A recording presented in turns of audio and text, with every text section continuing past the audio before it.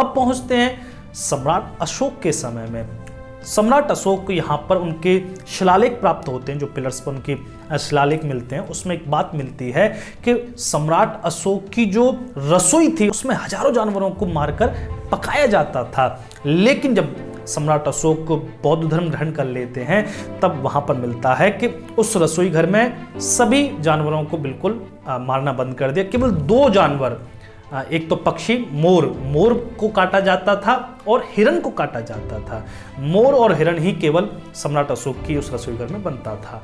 आहार शुद्धो सत्व शुद्धि, सत्व शुद्धो स्मृति ध्रुवः, स्मृति लंबे विप्र मोक्षः। छांदोग्य उपनिषद का ऋषि कहता है आहार की शुद्धता ही अंततः व्यक्ति को मोक्ष की ओर ले जाती है। लेकिन आहार की शुद्धता, शुद्ध आहार की परिभाषा क्या, डेफिनेशन क्या है? क्योंकि अगर बंगाल में जाओगे आप तो वहाँ मछली को भी वो जल फल कहते हैं। बड़े बड़े महात्मा बंगाल के मछली का आहार करते थे, लेकिन बहुत सारे वैष्णव घरों में यहाँ लहसुन प्याज भी मांसाहार से अधिक समझी जाती है। तो आहार शुद्धि है क्या? पिछली वीडियो मैंने आहार पर बनाई तो बहुत सारे भाइयों ने कमेंट किया मांसाहार को लेकर कि हमारे जो भी राजा महाराजा थे, महाराणा प्रताप, पृथ्वीराज चौहान, छत्रपति शिवाजी महाराज, अलाउद्दीन, ये सभी मांसाहार लेते थे शारीरिक क्षमता के लिए, ताकत के लिए। तो मांसाहार को तो अशुद्ध आहार समझा जाता है, तो क्या वे ये खाते थे? इस पर बहुत सारे भाइयों ने कमेंट किया था। तो मैंने बहुत सारी रिसर्च करी। मैं आपको सोर्सेस बताऊं, इसके आर्कियोलॉजिकल सर्वे ऑफ इंडिया एक हमारे डायरेक्टर जनरल हुए हैं डॉक्टर छाबरा, उनके ही सारे तथ्यों को लेकर ओम प्रकाश जी ने एक पूरी पुस्तक लिखी है। मैं उसको लिंक में दे दूंगा डिस्क्रिप्शन में, आप उस पुस्तक को पढ़ सकते हो। बहुत अच्छी पुस्तक है, इससे ज़्यादा अच्छी कोई पुस्तक नहीं हो सकती, क्योंकि उन्होंने सारे रेफरेंसेस दिए, सारी बात उन्होंने, एक अक्षर भी कहा है, एक लाइन भी कही है तो उसका रेफरेंस दिया है। तो आप ये पुस्तक पढ़ सकते हो। Food and drinks in ancient India, तो बहुत ही अद्भुत बुक है। और एक बुक लिखी है केटी अचाया ने, स्टोरी ऑफ आवर फूड, ये भी बहुत अच्छी बुक है। और बहुत सारे रिसर्च पब्लिश्ड जो पेपर है वो यहाँ पर पढ़े। तो मैंने 4-5 दिन इसमें बहुत ज़्यादा रिसर्च की, तब जाकर मैं ये वीडियो आपके सामने लेकर आया हूँ। कुसुमाकर सर ने बहुत मदद करी, उन्होंने कई सारी बुक मुझे भेजी, सॉफ्ट कॉपी उनकी, तो उनका भी हृदय से धन्यवाद। तो ये वीडियो बहुत ही मज़ेदार होने वाली है, बहुत ही नॉलेज इसमें आपको प्राप्त होगी, तो अंत तक जरूर देखें। चैनल सब्सक्राइब करें, लाइक करें। शुरू करते हैं इस वीडियो को। तो सबसे पहले बात आती है कि मानव जाति कब मांसाहारी हुई, सबसे पहले मांस कब खाना शुरू किया। तो इसमें विज्ञान क्या कहता है, साइंस क्या कहता है? साइंस कहता है कि जब हम बंदर थे तब हम पूर्णतः शाकाहारी थे, हम मांसाहार नहीं करते थे। लेकिन जब धरती गर्म हुई, एक टेम्परेचर इतना हाई हुआ इस धरती का कि यहाँ की सारी वनस्पतियां जल गईं, तब मजबूरी में उन बंदरों ने मांसाहार करना शुरू किया। और मांसाहार करते करते करते उनके शरीर में चेंजेस आना शुरू हुए, क्योंकि मांसाहार से ही उनको जो न्यूट्रिशन चाहिए, तो प्रोटीन चाहिए थी, वो मिलनी शुरू हुई, जो उनको फलों में, पत्तियों में नहीं मिल रही थी। और यहां से मानव जाति मांसाहार करना शुरू कर देती है। तो अब हम चलते हैं भारत की ओर। भारत की सबसे प्राचीनतम सभ्यता जो खोजी गई अभी तक, सिंधु घाटी सभ्यता। यहाँ पर बहुत सारे ऐसे सबूत मिलते हैं जो हमारे खाने को दर्शाते हैं कि हमारे पूर्वज क्या खाते थे। आज से 7-8 हजार साल पहले तक क्या खाते थे। अगर आप हड़प्पा साइड पे पहुंचोगे तो वहां पर 5-6 गांव हैं, जैसे राखीगढ़ी है हरियाणा में। ऐसे इन 5 गांव से 172 पॉटरीज मिली हैं, मतलब बर्तन मिले हैं मिट्टी के, जिनका एनालिसिस करने के बाद, लिपिड रेजिड्यू एनालिसिस करने के बाद, लिपिड मतलब जिसमें कंपोनेंट ऑफ सेल्स रह जाते हैं, मतलब आप जो भी खाते हो उसका कुछ न कुछ वो जो पात्र है वो सोख लेता है। तो जो पॉटरीज थी, जब उनका एनालिसिस किया गया तो पता लगा कि उसमें हम सिर्फ अन्न का ही आहार नहीं, मांसाहार भी करते थे। हमारे जो पूर्वज थे वो मांसाहार भी करते थे और तरह तरह का मांसाहार करते थे, जिसमें कछुआ भी था, मटन भी था, लेकिन एक बड़ा आश्चर्य था जिसमें बीफ भी था। बीफ मतलब गाय का मांस भी खाते थे सिंधु घाटी सभ्यता में। तो ये रिसर्च है, मैं इसको थोड़ा सा बात करूंगा बाद में। और एलिगेटर, घड़ियाल का भी उसमें मांस मिलता है, घड़ियाल भी खाते थे। तो तरह तरह के मांस खाए जाते थे सिंधु घाटी सभ्यता में। बहुत सारे जानवरों की हड्डियां प्राप्त हुई हैं जिनसे ये पता चलता है कि वे जानवर भी वहां खाए जाते रहे हैं। सिंधु घाटी सभ्यता, तो यहाँ पर बहुत सारे हमें सबूत मिलते हैं हमारे भोजन के, हमारे मांसाहार के। अब चलते हैं वेदों की ओर, वैदिक एज की ओर, जहाँ पर ऋग्वेद लिखे गए, अथर्ववेद, यजुर्वेद, सब वेद लिखे गए। तो वेद क्या कहते हैं? सबसे पुराना जो हमारा ऋग्वेद है, ऋग्वेद क्या कहता है? तो डॉक्टर छाबड़ा की जो स्टडी है ऋग्वेद के ऊपर, उसमें कुछ एक श्लोक बड़े ही हिला देने वाले हैं। मैं आप थोड़ा सीरियस होकर सुनना, क्योंकि आप थोड़ा सा भी लूज करोगे तो बिखर जाओगे। क्योंकि ऋग्वेद में 2-3 श्लोक तो ऐसे हैं जो ब्राह्मणों को गाय का मांस खाने को प्रेरित कर रहे हैं। मैं उनको स्क्रीन पर भी दे दूंगा, डॉक्टर छाबड़ा ने अपनी बुक में दिए हैं। मतलब क्या होता है, वहाँ पर एक श्लोक ऐसा है कि अगर कोई अतिथि आता है आपके घर में, तो आप उसको गाय का या बैल का मांस उसको काट कर दे सकते हो, खिलाना चाहिए ही चाहिए। और वहाँ पर कई यज्ञों का वर्णन है कि यज्ञ में गाय का मांस, गाय यज्ञ को समर्पित की जाती थी, गाय को काटा जाता था और उसका मांस ब्राह्मण खाते थे। मतलब ब्राह्मणों को तो बहुत ही ज़्यादा गाय का मांस खिलाया है। ये रिसर्च पेपर भी हैं, देखो गूगल पर, ये बिल्कुल पढ़े हुए हैं, पब्लिश हुए। तो ये रिसर्च है कि इंडस वैली सिविलाइजेशन में बीफ खाई जाती थी, गाय का मांस खाया जाता था, और ऋग्वेद में, ऋग्वेद का सहारा लेकर ये कहते हैं कि ब्राह्मण भी गाय का मांस खाते। तो अब ब्राह्मण ही खा रहे हैं तो फिर क्षत्रिय वैश्य इनका क्या होगा? ये सभी खाते थे।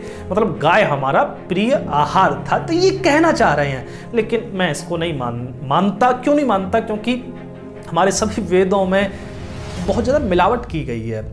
आप ही समझो कि हम भगवान राम क्यों जन्म लेते हैं? विप्रधेनु सुर संत हित लीन मनोज अवतार, मतलब भगवान राम गाय की रक्षा के लिए जन्म लेते हैं। तो इसका मतलब यह है कि गाय खाई तो जाती थी, मतलब गाय काटी जाती थी, लेकिन हमारे द्वारा नहीं, राक्षसों के द्वारा। जैसे जब हनुमान जी लंका में जाते तो वहां पर देखते हैं कि कहूँ महिष मानो सुधेनु खर अज खल निशाचर बच्चहि, मतलब वहां पर कहीं गाय काटी जा रही तो कहीं मानव का भी मांस खाया जा रहा है। तो राक्षस लोग जो थे वो गाय का मांस खाते थे। इसलिए तो कहते हैं ना, भगवान विप्रधेनुशूर, मतलब ब्राह्मणों की, गाय की रक्षा के लिए भगवान राम अवतार लेते हैं। तो रक्षा करने के लिए आए हैं, मतलब गाय को हमने बहुत ही पवित्र माना है। अब यहाँ पर ऋग्वेद में ऐसा लिख रहा है, ऐसा ये कहलवा रहे हैं ऋग्वेद से कि गाय ब्राह्मणों के द्वारा काटी जाती थी, यज्ञ के लिए खाई जाती थी, और अतिथि के लिए भी ये बिल्कुल था कि आप आए तो अतिथि गाय काटो। समझ नहीं आता, क्योंकि गाय के ऊपर तो पूरी इकोनॉमी टिकी हुई थी। आप गाय को काटोगे तो आपको दूध कहाँ से मिलेगा? तो बहुत सारी भ्रामक बातें आपको इसमें तथ्यों में मिलेंगी। ये तथ्य हैं, ये कोई मैं ऐसी बात नहीं कर, तथ्यों की बात लिखी हुई है किताबों में। आप कोई भी किताब पढ़ो जो एंशिएंट फूड ऑफ इंडिया को इसके ऊपर लिखी गई है, सब्जेक्ट के ऊपर, वहाँ सब में बीफ लिखा हुआ है कि बीफ कंज्यूम बाय इंडियंस। तो हम, मतलब हम खाते थे, हमारे पूर्वज खाते थे, ब्राह्मण खाते थे, ये सब बता रखा है इन लोगों ने। लेकिन ये सत्यता नहीं है, क्योंकि यजुर्वेद में अगर आप देखोगे तो पहला ही श्लोक में जिसमें प्राप्त होता है कि जानवरों की रक्षा करो। अथर्ववेद में बहुत सारे ऐसे श्लोक, अथर्ववेद में कहा, दांतों को संबोधित करते हुए कहा कि दांत तुम चावल खा लो, तुम दाल खाओ, लेकिन जानवरों को मत खाओ। तो अथर्ववेद यजुर्वेद में भरमार है ऐसे श्लोकों की जो हमें मना करते हैं मांसाहार के लिए। तो वेदों में आपस में बड़ा कॉन्फ्लिक्ट हो रहा है, ऋग्वेद में ऐसा नहीं हो सकता। बात आती है पुराणों पर। पुराणों में ऐसी कहानियां मिलती हैं कि यज्ञ के लिए पशु बलि दी जाती थी। ये सभी पुराणों में आपको मिलेगी, जितने भी 18 पुराण है सब में मिलेगी। शून्यसेप का वर्णन आता है, और एक जगह तो महात्मा वशिष्ठ एक यज्ञ कर रहे होते हैं, जिसमें एक इक्ष्वाकु वंश के राजकुमार यज्ञ के लिए हिरण लाने गए होते हैं। हिरण मार कर लाते हैं, शिकार करके लाते हैं, तो उनको जब रास्ते में भूख लगती है तो कुछ थोड़ा सा हिरण का मांस खा लेते हैं, जिसकी वजह से यहाँ महात्मा वशिष्ठ क्रोधित होकर शाप दे देते हैं। तो पुराणों में ऐसी कहानी आपको मिलेंगी। प्राचीन बरही श्रीमद् भागवत में आपको मिलेंगे, जहाँ पर नारद जी आकर प्राचीन बरही को यज्ञ करने से रोकते हैं, क्योंकि वे यज्ञ में इतना ज्यादा पशु बलि कर रहे थे कि जिसकी कोई तुलना नहीं है। तो यहाँ पर नारद जी उनको मरे हुए पशुओं को दिखाते हैं, उनके क्रोध को दिखाते हैं, देखो वो तुम्हें मारने के लिए क्रोध कर रहे हैं। तो मतलब यहाँ पर सीधा साफ है कि पुराणों में जितने भी यज्ञ दिखाए गए उनमें पशु बलि दी जाती थी, और वहां से निवृत्ति भी यहाँ पर पुराण दिखाते हैं। मतलब आपको यज्ञों में पशु बलि नहीं देनी चाहिए, ये भी वो हमें एक मैसेज देते हैं। युधिष्ठिर के यज्ञ में देखो, महाभारत में स्पष्ट लिखा हुआ है, वहां भी यज्ञ में बहुत सारे पशुओं की बलि दी जाती है। राजा रंतिदेव, बहुत बड़े ही प्रसिद्ध हुए राजा रंतिदेव, उनके यहाँ यज्ञ में रोजाना 2000 पशुओं की बलि दी जाती थी।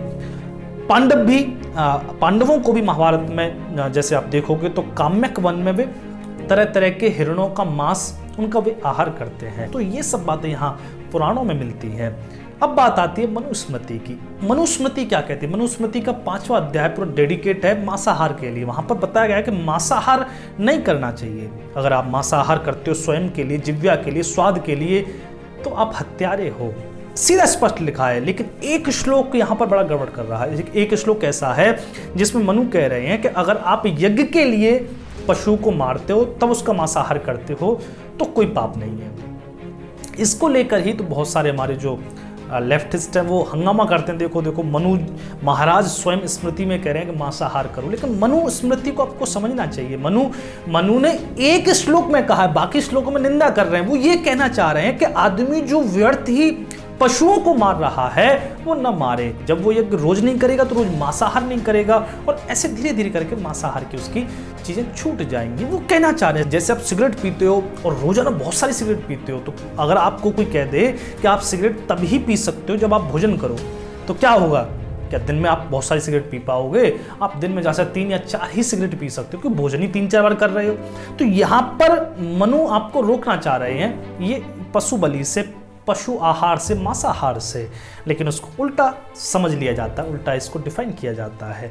तो ये पुराण कहते हैं, ये वेद कहते हैं, ऐसा स्मृति कहती हैं। तो अब हम पहुंचते हैं 2500 साल पहले भगवान बुद्ध के समय में, भगवान महावीर के समय में। यहीं पर एक बड़ा आंदोलन हुआ। जितने भी लेखक हैं यहाँ पर एक बड़ा आंदोलन दिखाते हैं कि यहाँ पर शाकाहार को लेकर एक क्रांति हुई लोगों में। एक बड़ी जनसंख्या यहाँ पर शाकाहारी होने लगी। भगवान महावीर बुद्ध दोनों ने ही यहाँ पर शाकाहार को प्रमोट किया, मांसाहार को बिल्कुल बंद किया। लेकिन एक बड़ी मजेदार कहानी आती है भगवान बुद्ध को लेकर, क्योंकि भगवान बुद्ध पर तो ये आरोप भी है कि उन्होंने अंततः अपने अंतिम समय में अंतिम भोजन शूकर का मांस खाया था। वो क्यों है? क्योंकि एक मशरूम होता है, उसको अगर मगधी भाषा से श्रीलंका ले जाओगे तो वहाँ पर उसी को सूकर कहते हैं, सूकर का मांस कहते हैं। तो ये बड़ा एक अंतर आ गया कि उन्होंने शूकर का मांस खाया था अंतिम समय पर। लेकिन नहीं, भगवान बुद्ध ने वो मशरूम खाया था जहरीला, जिससे पूरा शरीर जहर का हो गया और उनके अंततः मृत्यु हो जाती है। तो भगवान बुद्ध के समय में कहानी आती है, उसको सुनाते थे कि भगवान बुद्ध ने ये कह रखा था कि कोई भी व्यक्ति को कोई भी चीज़ मिल जाए पात्र में खाने के, वो उसे खा सकता है। मतलब जो भी चीज़ मिले उसको नाक मुंह नहीं सुकोड़ना।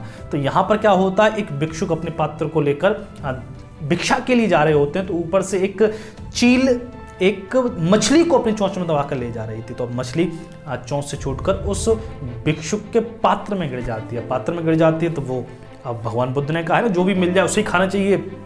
लेकिन मांस को कैसे खाए, मछली को कैसे खाए?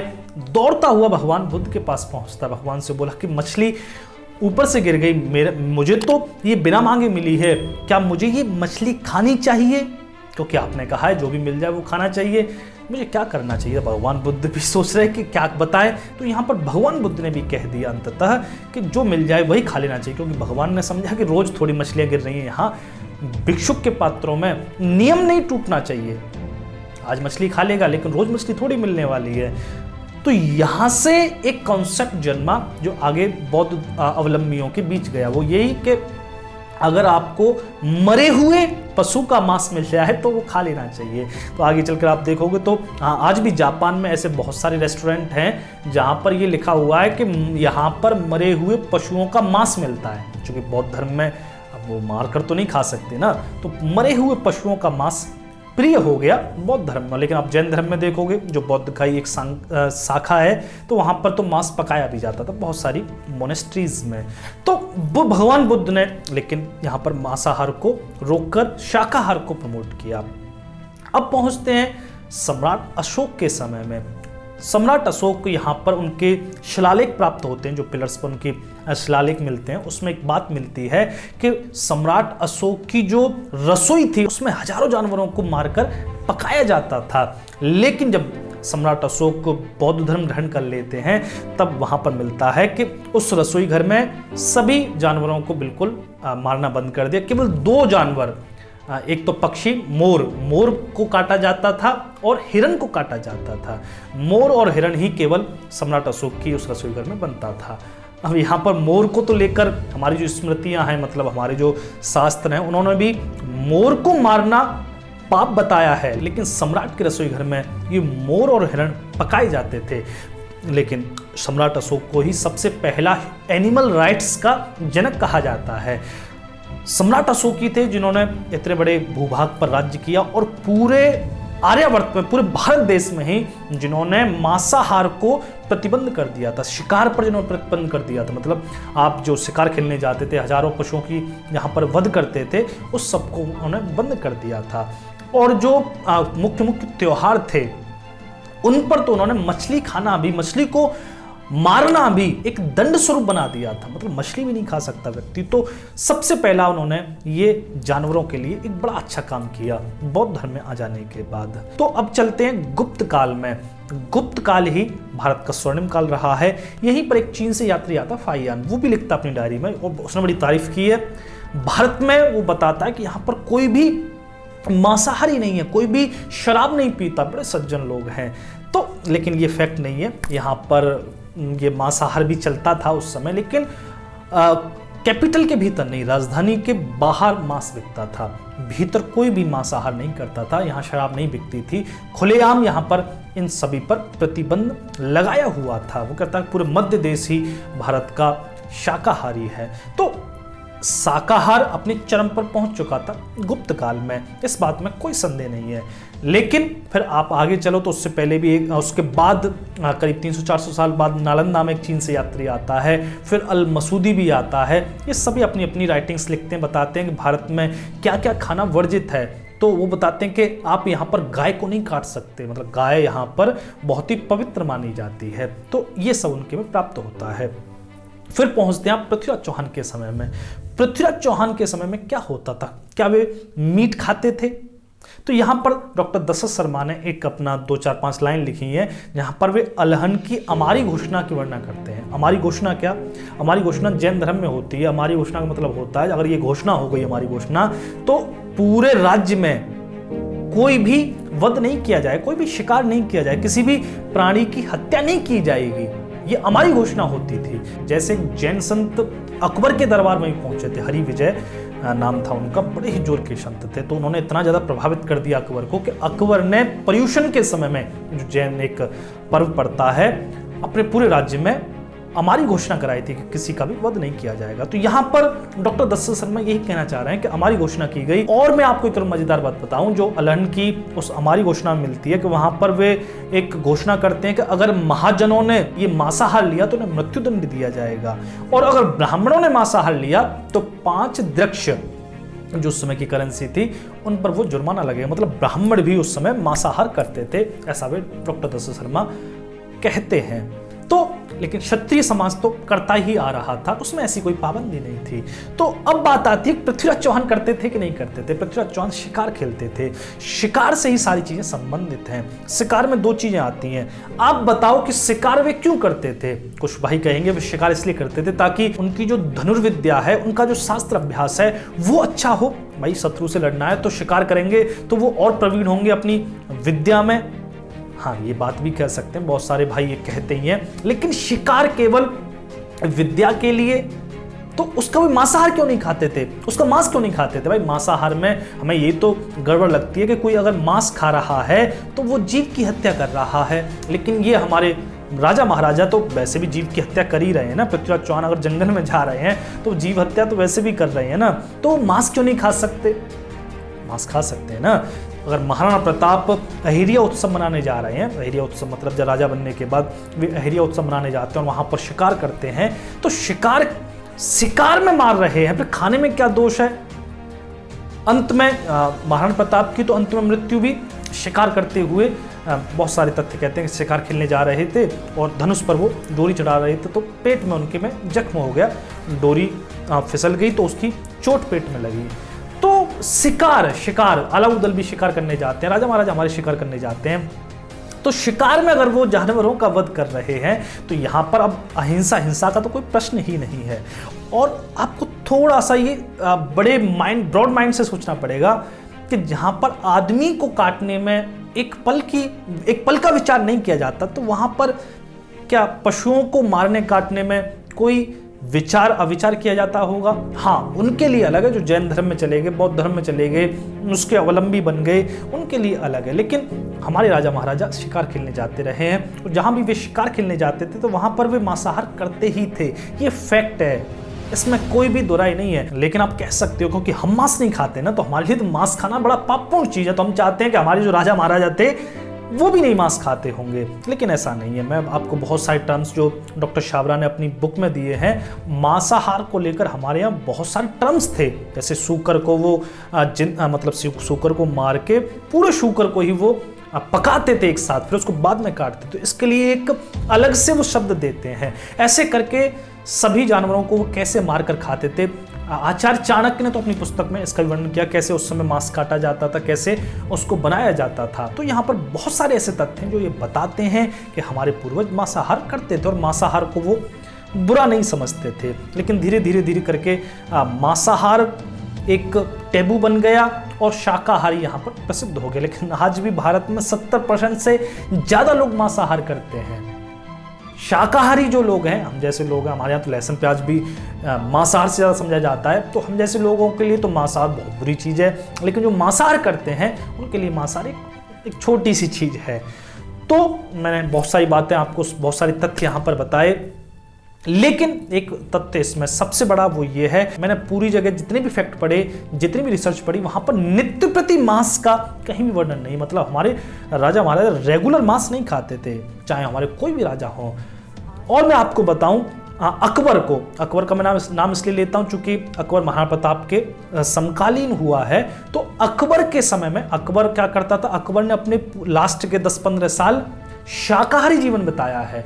उसके दरबारी लेखक ऐसा लिखते हैं। तो अकबर जैसा व्यक्ति अगर शाकाहारी हो गया, तो जहां पर शाकाहार ने जन्म लिया है वहां के राजा महाराजा नित्य प्रति मांस का आहार नहीं कर सकते। तो नित्य प्रति मांस का आहार हमारा राजा महाराजा कोई नहीं करता था, लेकिन क्षत्रियों में ये परंपरा है मांसाहार की।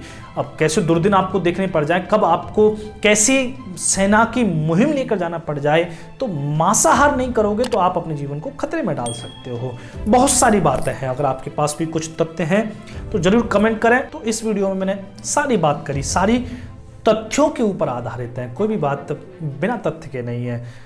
20 करोड़ जानवर रोजाना इस पूरी दुनिया में मारे जाते हैं, जिन्हें न मारकर भी आज सभ्यता जी सकती है। केवल स्वाद के लिए, जीव के लिए मारना वास्तव में हत्या ही तो है। आपके क्या विचार हैं इस पर जरूर कमेंट करें। बहुत बहुत धन्यवाद आप सभी का। जय श्री राम।